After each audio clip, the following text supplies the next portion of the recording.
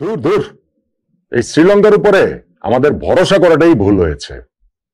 পাকিস্তানের বিপক্ষে সুপার ফোরের ম্যাচটাতে শ্রীলঙ্কার সমর্থন করলাম এমন ভাবে, এত প্রবল ভাবে, এত করে চাইলাম ম্যাচটা শ্রীলঙ্কা জিতে যাক। আমাদের এই মাঝখানে নাগিন ডার্বি, টাইম আউট বিতর্ক, শত্রু শত্রু খেলাই সব কিছু ভুলে গিয়ে ওদেরকে আমরা বুকে টেনে নিলাম। বললাম বাপুরা, তোমরা তোমাদের ম্যাচটা জেতো, আমরা তো হারতে বলছি না। পাকিস্তানের বিপক্ষে শ্রীলঙ্কা যদি এই ম্যাচটা জিততো তাহলে বাংলাদেশের এশিয়া কাপের ফাইনাল খেলাটা নিশ্চিত হয়ে যেত, 100% গ্যারান্টেড হয়ে যেত হিসাবের মার পেছে ফাইনালের সমীকরণে। কিন্তু শ্রীলঙ্কা সেটা পারেনি, পাকিস্তানের সঙ্গে তারা ম্যাচটি জিততে পারেনি। তাতে আমাদের বইই গেল, তাতে মনে হয় বাংলাদেশের এশিয়া কাপের ফাইনাল খেলার সম্ভাবনাটা একেবারে শেষই হয়ে গেল। না, বরং সেটা নয়। আমি তো দেখতে পাচ্ছি যে এমনিতেই আমাদের যদি শ্রীলঙ্কা জিতে যেত তখন ওই হিসাবের মারপ্যাচ থাকতো, ফাইনালের সমীকরণ থাকতো, অন্যান্য ম্যাচের রেজাল্টের উপরে ডিপেন্ড করতে হতো, নেট রান রেটের হিসাব নিকাশ থাকতো, এই সবকিছু আমাদের ফরে আসতো ফর শিওর। কিন্তু তারপরেও টেকনিক্যালি তো ওই জিনিসগুলো থাকতোই। এখন আর এইসব কিচ্ছু নাই। শ্রীলঙ্কা আজকে পাকিস্তানের কাছে হেরে যাওয়ার পর বাংলাদেশের এশিয়া কাপের ফাইনালে ওঠার ইকুয়েশনটা হয়ে গেছে স্ট্রেট ফরওয়ার্ড, জলবৎ তরলং, পানির মতো সহজ। এইখানটাতে আর আমাদের অন্য কোনো কিছুর উপরে নির্ভর করতে হবে না। এশিয়া কাপের ফাইনাল বাংলাদেশ তাহলে সরাসরি কিভাবে খেলতে পারে তা নিয়ে এই আলোচনাটা করি। দেখুন, পাকিস্তান যদি আজকে হেরে যেত আমাদের লাভ হতো, এটা তার অস্বীকার করার উপায় নেই। সেই জন্যই তো খুব করে শ্রীলঙ্কার সাপোর্ট করেছিলাম। যেহেতু আজকে পাকিস্তান জিতে গেছে, বাংলাদেশের এশিয়া কাপের ফাইনালে ওঠার যে সমীকরণের জায়গাগুলো ছিল সেইখান থেকে বেশ কয়েকটা জিনিস একেবারে বাতিল হয়ে গেছে।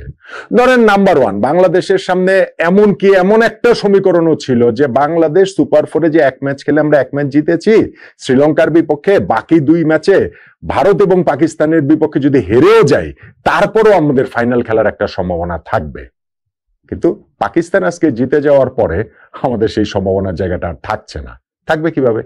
বাংলাদেশ ধরেন আগামী দুই ম্যাচ হারলো, আগামী দুই ম্যাচ হারলে তো বাংলাদেশ 2 পয়েন্টেই থাকবে, পাকিস্তানের অলরেডি 2 পয়েন্ট আছে। তো আগামী দুই ম্যাচ যদি আমরা ভারতের কাছে এবং পাকিস্তানের কাছে হারি, ওই দুইটা দলেরই অলরেডি 2 পয়েন্ট করে আছে, ফলে ওই দুইটা দলেরই 4 পয়েন্ট করে হয়ে যাবে। ফলে একটা ম্যাচ জিতেও যে আমরা ফাইনাল খেলার একটা গাণিতিক সম্ভাবনা বাংলাদেশের ছিল, আজকে পাকিস্তান যখন শ্রীলঙ্কাকে হারিয়ে দিয়েছে তখন ওই সম্ভাবনার জায়গাটা শেষ হয়ে গেছে।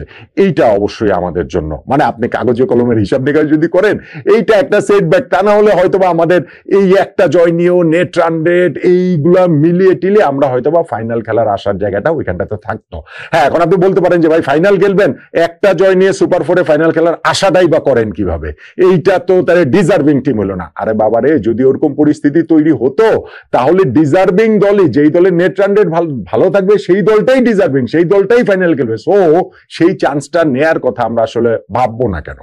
কিন্তু আজকে পাকিস্তান জেতার কারণে আমাদের আর ওই চান্স নেওয়াটা আর কিছু নেই। কারণ যেটা বললাম যে বাংলাদেশ তাহলে তো 2 পয়েন্টই থাকবে বাকি দুইটা ম্যাচ হারলে, এবং ভারত পাকিস্তান দুইটা দলের অলরেডি 2 পয়েন্ট করে আছে। তার মানে বাকি দুইটা ম্যাচ জিতলে এই দুইটা দলের পয়েন্ট তো বাংলাদেশের চেয়ে বেশি হয়ে যাচ্ছে। সো আমাদের আর ফাইনাল খেলার কোনো চান্স থাকবে না। এই সম্ভাবনার জায়গাটা এলিমিনেট হয়ে গেছে আজকে পাকিস্তান যখন জিতে গেছে শ্রীলঙ্কার বিপক্ষে তাতে করে। নাম্বার 2, আমাদের আর একটা ঝামেলার জায়গা হয়েছে। আমাদের বাকি দুইটা ম্যাচ পাকিস্তান এবং ভারতের বিপক্ষে একটা ম্যাচ জিতলেই ফাইনাল খেলার একটা সম্ভাবনাটা, প্রবল সম্ভাবনা, এবং আমরা মোটামুটি নিশ্চিত সেটা খেলতামই। এখন আর সেটা সেভাবে বলা যাবে না। কেন বলা যাবে না? যেমন ধরেন আমরা যদি দুইটা ম্যাচের মধ্যে একটা ম্যাচ জিতি, সেই একটা জয় ভারতের বিপক্ষেই ধরেন আমরা জিতলাম, তাহলে ভারতের বিপক্ষে আমরা জিতলে আমাদের ফাইনাল খেলার ওই কথাটা ওইভাবে বলা যাবে না কেন? বাংলাদেশ যদি বাকি দুইটা ম্যাচ জিতলে তার আলোচনার কিছু নেই। 3 ম্যাচের বাংলাদেশ 3টা জিতলে বা যেই দলে 3টা জিতবে তারা তো ফাইনাল খেলবে। 2 ম্যাচের একটা জিতলেও যখন আমাদের ফাইনাল খেলার সম্ভাবনাটা খুবই প্রবল ছিল, প্রায় নিশ্চিত ছিল, এখন সেটা হচ্ছে না। কিভাবে? ধরেন আমরা যদি ভারতের বিপক্ষে জিতি তাহলে বাংলাদেশের পয়েন্ট হলো 4, পাকিস্তানের বিপক্ষে হেরে গেলাম, ফলে আমাদের 4 পয়েন্টে থাকলো।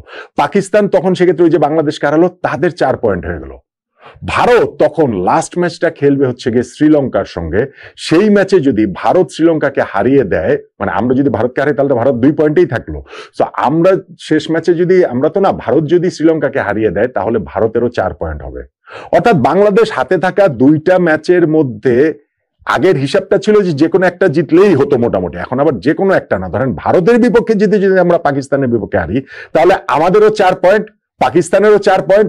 ইন দ্যাট কেস লাস্ট ম্যাচটাতে ভারত যদি শ্রীলঙ্কাকে হারিয়ে দেয় তখন ভারতেরও 4 পয়েন্ট হবে। তখন বাংলাদেশ, ভারত এবং হচ্ছে গিয়ে এই পাকিস্তান, এই তিনটা দলের মধ্যে যেই দুইটা দলের নেট রান রেট ভালো থাকবে সেই দুইটা দল ফাইনালে খেলবে। ফলে এই জায়গাটা তো আজকে পাকিস্তান জেতার কারণে আমাদের একটুখানি সর্বনাশী হয়ে গেছে। হ্যাঁ, এখন আপনি বলতে পারেন যে না, এরকম হলো, আমরা ভারতকে হারালাম, আমাদের 4 পয়েন্ট হলো, পাকিস্তানের কাছে হেরে গেলাম, পাকিস্তানের 4 পয়েন্ট হলো, ভারত লাস্ট ম্যাচে গিয়ে তারা আবার শ্রীলঙ্কার কাছে হেরে গেল, তাহলে তো ভারত 2 পয়েন্টেই থাকবে, শ্রীলঙ্কারও তখন হচ্ছে গিয়ে তখন পর্যন্ত তাদের 0 পয়েন্ট, তাদেরও 2 পয়েন্ট হলো।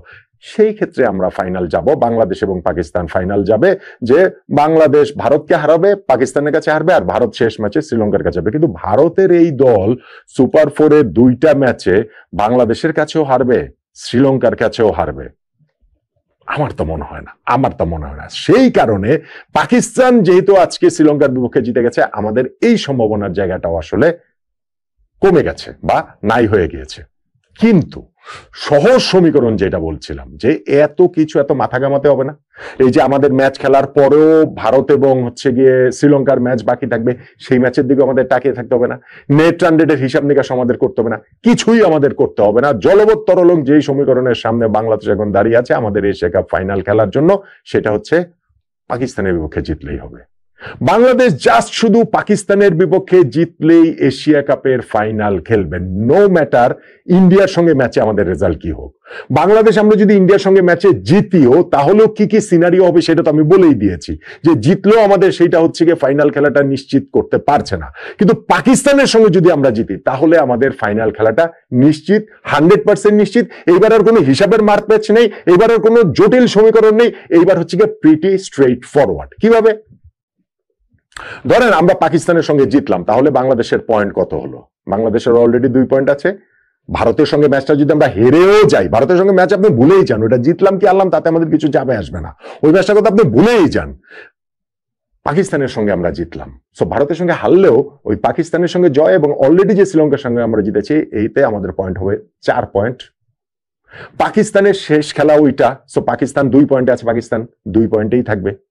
শ্রীলঙ্কার 2টা ম্যাচ শেষ, বাংলাদেশের কাছে তারা হেরেছে, পাকিস্তানের কাছে তারা হেরেছে, তার মানে তাদের 0 পয়েন্ট। শেষ ম্যাচে তারা যদি ভারতকে হারায়ও, তাহলেও তো তাদের 2 পয়েন্টই হবে। So Bangladesh in that case, আর ভারত অলরেডি 2 পয়েন্ট আছে, সেটা বাংলাদেশ আর শ্রীলঙ্কার সঙ্গে ম্যাচের কি রেজাল্ট সেটা আপনার হিসেবের মধ্যে নাই বা আমরা আনলাম। তার মানে পাকিস্তানের বিপক্ষে জিতলেই আমাদের যে 4 পয়েন্ট হবে, সেই 4 পয়েন্ট পাকিস্তানেরও হবে না, শ্রীলঙ্কারও হবে না। আমরা 4 পয়েন্টে শেষ করব, পাকিস্তান 3 ম্যাচ শেষে তারা হচ্ছে গিয়ে ওইখানটাতে 2 পয়েন্টেই শেষ করবে, এবং শ্রীলঙ্কা তো 2 ম্যাচে যে 0 পয়েন্ট, লাস্ট ম্যাচে তারা ভারতের বিপক্ষে জিতলেও তাদের 2 পয়েন্টই হবে। তখন হচ্ছে গিয়ে ওইখানটাতে আমাদের আর কোনো কিছু ম্যাটারই করবে না, যে রান রেটের হিসাব কি, লাস্ট ম্যাচ যে ভারত এবং শ্রীলঙ্কা সেই ম্যাচের রেজাল্ট কি হবে, সেই ম্যাচের পরে হচ্ছে গিয়ে নেট রান রেটের হিসাবে আমরা কোথায় কি থাকবো, আমাদের আর কোনো কিছুতেই কিছু যাবে আসবে না। সো সেই কারণে আমি বলছিলাম যে এই ম্যাচটাতে আমরা খুব করে তাকিয়েছিলাম পাকিস্তান এবং শ্রীলঙ্কার ম্যাচে, যে ম্যাচটা যেন শ্রীলঙ্কা জিতে যায়, ম্যাচটা যেন পাকিস্তান হেরে যায়, তাহলে আমাদের এশিয়া কাপের ফাইনাল খেলাটা গ্যারান্টেড হবে, 100% গ্যারান্টেড হবে। সেটা হিসাবের মারপ্যাচে জটিল সমীকরণ দিয়ে ফাইনালের হিসাবটা সেটা মিলিয়ে দেওয়া। কিন্তু এখন আর কোনো জটিল সমীকরণ নেই, এখানে কোনো হিসাবের মারপ্যাচ নাই। যখন শ্রীলঙ্কা হেরে গেছে পাকিস্তানের কাছে, এখন বাংলাদেশের জন্য এশিয়া কাপের ফাইনালে ওঠার সমীকরণটা সিম্পল, এর চেয়ে সিম্পল আর হতেই পারে না। জাস্ট পাকিস্তানকে হারালেই বাংলাদেশ এশিয়া কাপের ফাইনালে।